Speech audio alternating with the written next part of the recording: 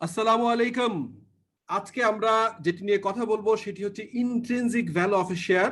শেয়ারের আসল মূল্য, যেটি হচ্ছে অন্তর্নিহিত মূল্য বলা হয়। অর্থাৎ আপনি স্টক মার্কেটে একটি শেয়ারকে কত মূল্যে কিনতে চান, সেটি আপনার বিবেচনায় কত হওয়া উচিত এবং মার্কেটে কত আছে, এই কম্পারিজন গুলো করা যায়। অনেক ক্ষেত্রে আমরা দেখি যে আমরা অতি মূল্যায়িত শেয়ার কিনি, শেয়ারটি ভালো কিন্তু আমরা বেশি মূল্য দিয়ে যখন কিনি এবং রং টাইমে কিনি তখন আমরা লুজার হই। আর আমরা যারা ফাইন্যান্সে পড়ি আমাদের এই অ্যানালাইসিস গুলো অত্যন্ত ইম্পর্টেন্ট। তো ইন্ট্রিনসিক ভ্যালু ক্যালকুলেশনে আমরা যেটা করতে হবে, কেন আমরা করে থাকি, intrinsic value is the anticipated or calculated value of a company or a stock determined throughout the fundamental analysis. This is a part of fundamental analysis. আমরা আসলে স্টক মার্কেটের ফান্ডামেন্টাল অ্যানালাইসিস অথবা কোম্পানির যখন অ্যানালাইসিস করি আমরা এই ভ্যালুয়েশন গুলো করে থাকি। It includes tangible and intangible factors. Intrinsic value is also called the real value and may or may not be the same of the current market value. আমরা যখন ভ্যালুয়েশনের কাজগুলো করে থাকি, যখন আমরা দেখে থাকি যে ভ্যালুয়েশনটা আমাদের করার প্রয়োজন হয় কোম্পানিগুলো, তখন আমরা এই সিমিলারলি ফলো করে থাকি এই ফর্মুলাটা। So it is very important for the stock valuation or company valuation or share valuation is very important.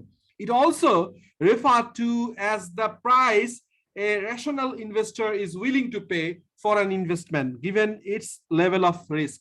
একটা পার্টিকুলার রিস্ক লেভেলে আপনি কত রিস্কে কত টাকায় এই শেয়ারটা কিনবেন, আপনার রিস্ক লেভেলটা কনসিডার করে মার্কেটে কত টাকা ভ্যালু আছে এবং এর পারসিভ ভ্যালু কত, যেটিকে আপনার রিয়েল ভ্যালু, আসল ভ্যালু বা অন্তর্নিহিত ভ্যালু বলা হয়, অথবা ইন্ট্রিনসিক অর্থাৎ এটির ভ্যালু কত হওয়া উচিত সেই ক্যালকুলেশন করা। কেন করে থাকেন এটি আমি বলেছি, ইনভেস্টর্স এবং অ্যানালিস্টরা এবং ফাইন্যান্সের যারা আমরা অ্যানালাইসিস করি তাদের জন্য calculate the intrinsic value for an important reason. Y?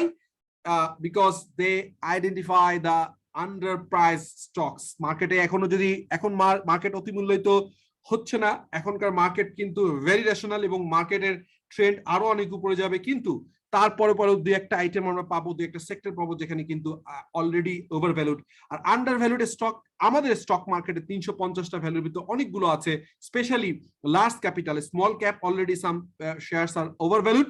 But লম্বা ইনভেস্টমেন্ট হিস্ট্রি যদি বলেন, যদি ইনভেস্টমেন্ট থেকে রিয়েলি প্রফিট করতে চান, তাহলে কিন্তু এখনো অনেক লুক্রেটিভ স্টক রয়েছে এই মার্কেটে। For example, if an investor calculates an intrinsic value 300 টাকা ফর এ স্টক, যদি কেউ ইন্ট্রিনসিক ভ্যালু 300 টাকা পায় and the current market price let's say 200 টাকা, then obviously it may consider as a good or reasonable price for investment in the company. Having said that, শুধুমাত্র এই যে intrinsic value 200 টাকা আর মার্কেটে 300 টাকা এবং মার্কেটে এটি আরো 100 টাকা কমে 200 টাকায় পাওয়া যাচ্ছে, এটি একমাত্র কারণ নাও হতে পারে, বিকজ ওই অর্গানাইজেশনের গ্রোথ পটেনশিয়ালিটি কেমন, ওই কোম্পানিটার হচ্ছে মার্কেটে ইনভেস্টররা কেমন পছন্দ করেন, ওটার ক্যাপিটাল সাইজ কি অনেক বড় কিনা, টার্নওভার যখন অনেক বেশি হয়ে যায় 4000-5000 কোটি, তখন কিন্তু ব্যাংক সহ লার্জ ক্যাপ গুলো কোনো সমস্যা হয় না। বা যখন টার্নওভার আবার 1-1500 কোটি টাকা চলে আসে, তখন কিন্তু স্মল ক্যাপ গুলো নিয়ে খেলার চেষ্টা চলে। So always it is not a indication, আমি ক্লিয়ারলি বলতে চাই যে স্টক মার্কেট কোনো ইন্ডিকেশন দিচ্ছি না আমি, কিন্তু অ্যানালাইসিসের জন্য আমরা যারা প্রফেশনালস তারা এই দায়িত্বটা পালন করছি to make the understanding about the stock market and company valuation. How to calculate intrinsic value of a stock? এখানে আমরা ফাইন্যান্সিয়াল ম্যানেজমেন্টে অত্যন্ত জনপ্রিয় দুটি মেথড আছে, একটাকে বলা হয় ডিসকাউন্টেড ডিভিডেন্ড ডিসকাউন্ট মেথড, যেটা DDM, dividend discount method. It is very easy and another is discounted cash flow method. So আজকে আমরা ডিভিডেন্ড ডিসকাউন্ট মেথডটা ফলো করব। হ্যাঁ, আমরা দেখাবো কিভাবে ইন্ট্রিনসিক ভ্যালু বের করা যায় ডিডিএম মেথড, এটা গর্ডন গ্রোথ মেথড বলা হয়। So Gordon growth version of dividend discount method, এটা অত্যন্ত ফাইন্যান্সিয়াল ম্যানেজমেন্টে আমরা এটি পড়ে এসেছি, সিএ, আইসিএম, এসএসসিএ, সিমা, ইভেন চার্টার সেক্রেটারি, সব জায়গায় আমরা এই গর্ডন গ্রোথ মডেল যে ভার্সনটা আমরা ডিভিডেন্ড ডিসকাউন্ট মেথডে করে থাকি, স্পেশালি সিএ এবং আইসিএম এতে পার্টিকুলারলি খুবই রিগোরাসলি কয়েকটা চ্যাপ্টার কভার করা থাকে। The dividend discount method is quick and easy way to evaluate intrinsic value. It is specially useful for the large stable companies. আমি যেটা বলছিলাম যে স্মল ক্যাপের যাদের হচ্ছে যে প্রাইস সেন্সিটিভ ইনফরমেশন থাক বা না থাক, মার্কেট প্লেয়াররা যেখানে ইন্টারেস্টেড সেখানে কিন্তু এই ফর্মুলা কভার করে না। বাট যদি বলেন যে আপনি ব্যাংকিং সেক্টর, আপনি যদি বলেন হচ্ছে পাওয়ার সেক্টর, আপনি যদি বলেন ব্লু চিপ কোম্পানিজ যারা স্টেবল মাল্টিন্যাশনাল কোম্পানিজ, তাদের ক্ষেত্রে কিন্তু এই ক্যালকুলেশনটা খুবই কাজ করে। The formula for the DDM is focused on dividend একটা more issue which are cash paid to stockholders and their future growth. এবং ফর্মুলাটা কি এটা পরের স্লাইডে দেখাচ্ছি। আপনি খুব স্বাভাবিকভাবে বুঝতে পারছেন যে আমি এখানে ডিভিডেন্ড ডিসকাউন্ট করতে চাচ্ছি। Dividend is one of the major key factor to value the share.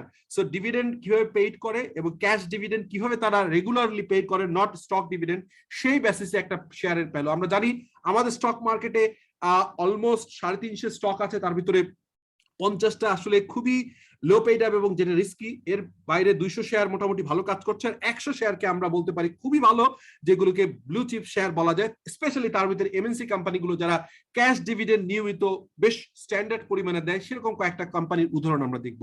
So method is that very simple, সেটা হচ্ছে ইন্ট্রিনসিক ভ্যালু অফ স্টক হচ্ছে D1 মানে হচ্ছে ফিউচার কামিং ইয়ারে কেমন এক্সপেক্টেড ডিভিডেন্ড হতে পারে, সেটি আমরা একটা ভ্যালু দিয়ে একটা ফর্মুলা দিয়ে বের করব। সো আপকামিং ইয়ারের কেমন ডিভিডেন্ড হতে পারে সেটি হচ্ছে D1, আর divided by R minus D। R is stand for the discount rate or required rate of return of the investment. আমরা জানি আমাদের মার্কেটে কেমন রিকোয়ার্ড রেট আছে, আমরা কিরকম চাই। আমাদের ধরেন ব্যাংকে যদি আমরা এখানে এফডিআর করি তাহলে 6% বা 7% বা 5%। সো 5% হলে আমাদের মিনিমাম এক্সপেকটেশন 10% হওয়া উচিত, ডাবল, যেহেতু রিস্কি স্টক মার্কেটে। কিন্তু আমরা অনেক ক্ষেত্রে দেখা যায় যে আমাদের রিকর্ড রিটার্ন হয়তো 15 এর মতো আমরা আশা যদি করি স্টক মার্কেটে ইয়ারলি 15% অথবা 20%, it is very much possible to earn. But fact is that এটি করতে যে আমরা ক্যালকুলেশন ছাড়া অনেক রকম আনক্যালকুলেটেড রিস্ক নিয়ে ফেলি। So we need to take the risk, calculated risk, এবং এই জায়গায় আমাদের সুবিধা হবে। আর জি হচ্ছে dividend growth, over two year কি গ্রোথ হয়েছে। সো এখানে তিনটা জিনিস। D1 is expected dividend 1 year from present, মানে সামনের বছরের ডিভিডেন্ড হচ্ছে D1। আর মানে হচ্ছে যে রিকোয়ার্ড রেট, আপনি কত পার্সেন্ট ইনভেস্টমেন্ট চাচ্ছেন মার্কেট থেকে। আর হচ্ছে ডিভিডেন্ড গ্রোথ, প্রতি বছর টু বছর কেমন গ্রোথ হয়েছে। আমরা যদি 5 বছর কম্পেয়ার করি, 5 বছরের গ্রোথ কত হয়েছে এটি আমরা দেখবো। সো এটি করতে যে আমরা প্রথমেই একটা কোম্পানি, যেটি একটা মাল্টিন্যাশনাল কোম্পানি ম্যারিকো, যার সাথে আমি দীর্ঘদিন বিভিন্নভাবে কাজ করেছি।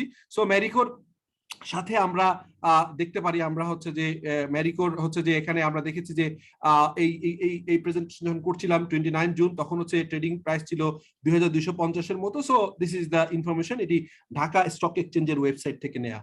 তারপরে হচ্ছে আমরা দেখেছি 2016-এ ম্যারিকো 450% হচ্ছে ক্যাশ ডিভিডেন্ড দিয়েছিল। আমি কেন 16 বলছি, আমি সাধারণত 5 বছরের ডেটা নিয়ে কাজ করতে চাই। সো কারেন্ট ইয়ারের যদি হয় 5th ইয়ার, সো 4 বছরের প্রিভিয়াস গেলেই চলে মোটামুটি। সো 6th ইয়ার যেটা জিরো পিরিয়ড ছিল, 2016 যেখানে জিরো ইয়ার ধরে আমরা 450, 17 সালে 500, 18 সালে 600, 650 ছিল 19 সালে, এবং 950 ছিল 2020 সালে।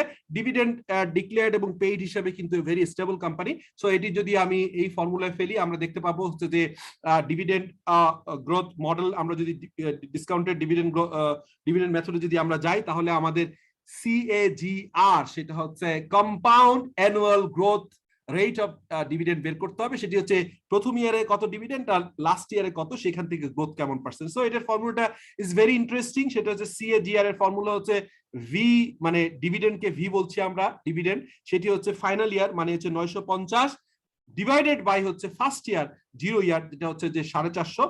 সো 950 ডিভাইড বাই 450, এর উপরে হচ্ছে আপনার টু দি পাওয়ার হবে 1/4। 1/4 মানে হচ্ছে আমরা 1 2 3 4 বছরের কাজ করছি, মানে হচ্ছে যে আমরা 0 থেকে 4 বছর কাজ করছি। So 1/4, it is a very interesting and easy formula. এটা ক্যালকুলেটর দিয়ে করতে পারেন, সাইন্টিফিক ক্যালকুলেটর, অথবা আপনি ল্যাপটপে কাজ করতে পারেন। So 950 is the last year dividend, মানে কারেন্ট এখন যেটা চলছে কারেন্ট ইয়ারের, ডিভাইডেড বাই একদম যে বছর নিয়ে আমি ক্যালকুলেশন করছি। আমি যদি 10 বছর নিতাম তাহলে 10 বছর আগে হতো, বাট আমি নিয়েছি 5 বছর। সো 5 বছরটা ইজ রিজনেবল। 450 ডিভাইডেড দিয়ে এর টু দি পাওয়ার, মানে মাথায় হবে হচ্ছে 1/4। Why 1/4? 1 is common formula, আর 4 হচ্ছে how many years you taken. So it is taken 1 2 3 4 years. So এটি করলে -1 দিতে হবে, বিকজ পার্সেন্টেজ বের করতে হবে। সো ওভার দ্য ইয়ার আমরা দেখতে পাচ্ছি যে কিউমুলেটিভলি একটা 20.54%। শুধুমাত্র স্টক মার্কেট না, আমরা যারা ফাইন্যান্সে কাজ করি আমরা কিন্তু বিভিন্ন কোম্পানির CAGR compounded annual growth return বের করি, এবং এটি আমাদের জন্য প্রয়োজন হয়। সেটা হচ্ছে 20.50%, 20.5%-এর মতো। সো এখন যদি আমরা ফর্মুলায় ফেলি তাহলে আমরা দেখতে পাবো সেটি হচ্ছে যে আমাদের সামনের বছর কত হতে পারে, যেহেতু আমরা CAGR বের করে ফেলছি। সো ইটস ভেরি ইজি, সেটা হচ্ছে কারেন্ট ইয়ারে 950% আর গ্রোথ হবে 20.5%। সো এটি যদি করে থাকি তাহলে আমরা দেখতে পাচ্ছি যে নেক্সট ইয়ারে হচ্ছে যে 1145.13% দেওয়ার কথা এইভাবে চলতে থাকলে। সো সেই অর্থে হচ্ছে যে এটা হচ্ছে 1145%। সো 1145% স্টক ডিভিডেন্ড দেওয়ার কথা ম্যারিকো যেভাবে দিয়ে আসছে সোফা। যদি এরকম ভাবে দেয় তাহলে স্টক প্রাইস কত হওয়া উচিত? তাহলে আমরা এখন ফর্মুলা খুব জানি, D1 আমরা পেয়ে গেছি 1150 D1। আর হচ্ছে আমরা মার্কেট থেকে আশা করি, যেহেতু এটা একটু দাম বেশি রিস্কি, সো আমরা এক বছরে 25% যদি আমরা আশা করি তাহলে 25% হচ্ছে আমাদের এখানে। আর জি হচ্ছে গ্রোথ হচ্ছে 20%, 20.1। তাহলে হচ্ছে যে আমরা ফর্মুলা অনুযায়ী দেখতে পারি যে হচ্ছে যে এই 1145 কে ভাগ দিব হচ্ছে 25 মাইনাস 20.54। সো এখানে 25 হবে আর জি হবে 20.54। এটার যে ডিফারেন্স অলমোস্ট 4.5%, 4.5। তো এখানে 1145-কে 4.5 দিয়ে ভাগ দিলে আমরা যেভাবে পেয়ে যাই সেটি হচ্ছে আমাদের ভ্যালু হওয়া উচিত হচ্ছে পার্সেন্টেজ ওয়াইজ যদি আমরা বলি, তাহলে আমাদের এটা ভ্যালু ইন্ট্রিনসিক ভ্যালু দাঁড়ায় হচ্ছে 2567 টাকা। সো এখানে একটা ইস্যু মনে রাখবেন, সেটা হচ্ছে ম্যারিকো কিন্তু আমরা ধরে নিচ্ছি প্রায় 1150% দিবে। যদি কম দেয় তাহলে কিন্তু এর ভ্যালু কমে যাবে। যদি যেহেতু এটা ধরে নিচ্ছি, এটি হলে কিন্তু আমরা দেখতে পাচ্ছি যে ম্যারিকোর যে কারেন্ট প্রাইস আছে, মার্কেট প্রাইস, সেটা হচ্ছে 2250 বা 2300 মতো, এখানে 2500 ইন্ট্রিনসিক ভ্যালু আছে। হ্যাভিং সেড দ্যাট, যে যদি ম্যারিকো প্রতি বছর এরকম ভাবে গ্রোথ দিয়ে থাকে, otherwise it will be difficult. So আমরা আরেকটা ছোট কোম্পানি, সিমিলারলি আরেকটা কোম্পানি দেখি, যেটি একটা বড় কোম্পানি, লার্জ পেইড আপের, অলিম্পিক। সিমিলারলি আমরা যদি দেখি প্রতি বছর 16 থেকে 19 সাল পর্যন্ত 40, 45, 48, 50, 52 is a very very stable dividend policy. But এখানে গ্রোথটা কম। সো CAGR আসছে মাত্র, যেহেতু খুব একটা গ্রোথ আসে নাই, 40 থেকে 52, সো 6.78% আসছে। তো সেটা দিয়ে যদি আমরা ক্যালকুলেট করি তাহলে আমরা আশা করতে পারি যে 2021 সালে এই একই ফর্মুলায় চললে 55.5% ডিভিডেন্ড, স্টক ক্যাশ ডিভিডেন্ড দিবে হচ্ছে অলিম্পিক। তাই যদি দেয় তাহলে অলিম্পিকের ভ্যালু হওয়া উচিত 70 টাকার মতো, 66.74, বা মার্কেট ভ্যালু হচ্ছে 170 টাকা। সো ওই ডিভিডেন্ড যে তাদের গ্রোথটা যে নাই, গ্রোথটা যে প্রতি বছর বেশি নাই, এই কারণে কিন্তু ইন্ট্রিনসিক ভ্যালু কম্পারেটিভলি কমে গেছে। বাট হ্যাভিং সেড দ্যাট, এটার মানে এই নয় যে অলিম্পিক ভ্যালু খুব ওভার প্রাইস আছে।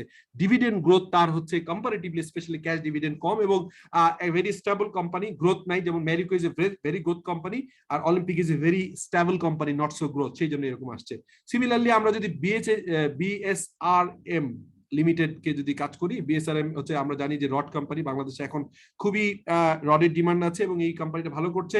সো এটার ট্রেডিং প্রাইস আমরা দেখছি 86 টাকার মতো, আমরা রাফলি দেখেছি 86-87 টাকা লাস্ট, যেটা 30 জুনের হিসাব নিয়েছি।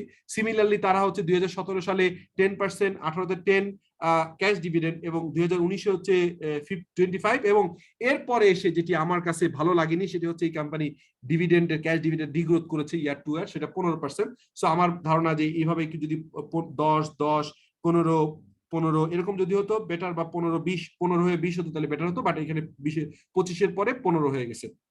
ফলে তার টোটাল গ্রোথ যদি ধরি ইয়ার টু ইয়ার, তাহলে মাত্র 14.5% আসে গ্রোথ, এবং সেটি যদি বিবেচনা করা হয় তাহলে নেক্সট ইয়ার এক্সপেক্ট করা যায় যে হচ্ছে যে BSRM যেটা rod company, BSRM is a very stable company, তারা 17 থেকে এরকম 17%-এর মতো একটা ক্যাশ ডিভিডেন্ড দিবে, 17 থেকে 20%। সেটি যদি হয় তাহলে তার মার্কেট ভ্যালু আমরা বের করতে পারি, সেটি হচ্ছে পরের স্লাইডে আমরা দেখিয়েছি যে মার্কেট ভ্যালু হওয়া উচিত হচ্ছে, ইন্ট্রিনসিক ভ্যালু হওয়া উচিত হচ্ছে আপনার আমরা 67 টাকার মতো, ইন্ট্রিনসিক ভ্যালু 68 টাকা, এবং আমরা দেখলাম যে 68 টাকা হলেও ইন্ট্রিনসিক ভ্যালু 70-এর কাছাকাছি ইন্ট্রিনসিক ভ্যালু, বাট আমরা দেখতে পাচ্ছি মার্কেটে এটি 80-র উপরে রয়েছে। So it is also like অলিম্পিকের মতো, এটি যেহেতু ডিভিডেন্ড গ্রোথটা কম্পারেটিভলি কম, সে কারণে কিন্তু এটা ভ্যালু রিফ্লেকশনটা একটু অন্যরকম। আর Marico is a very good company, আমরা দেখেছেন যে 450% থেকে শুরু করে 950 এসছে এবং আশা করা যাচ্ছে 1150, সেই বিবেচনায় কিন্তু ইন্ট্রিনসিক ভ্যালু করা হয়েছে। So this is one of the method যে আপনার পারসিভ ভ্যালু কেমন হওয়া উচিত। এখানে কনসিডারেশন কিন্তু অনলি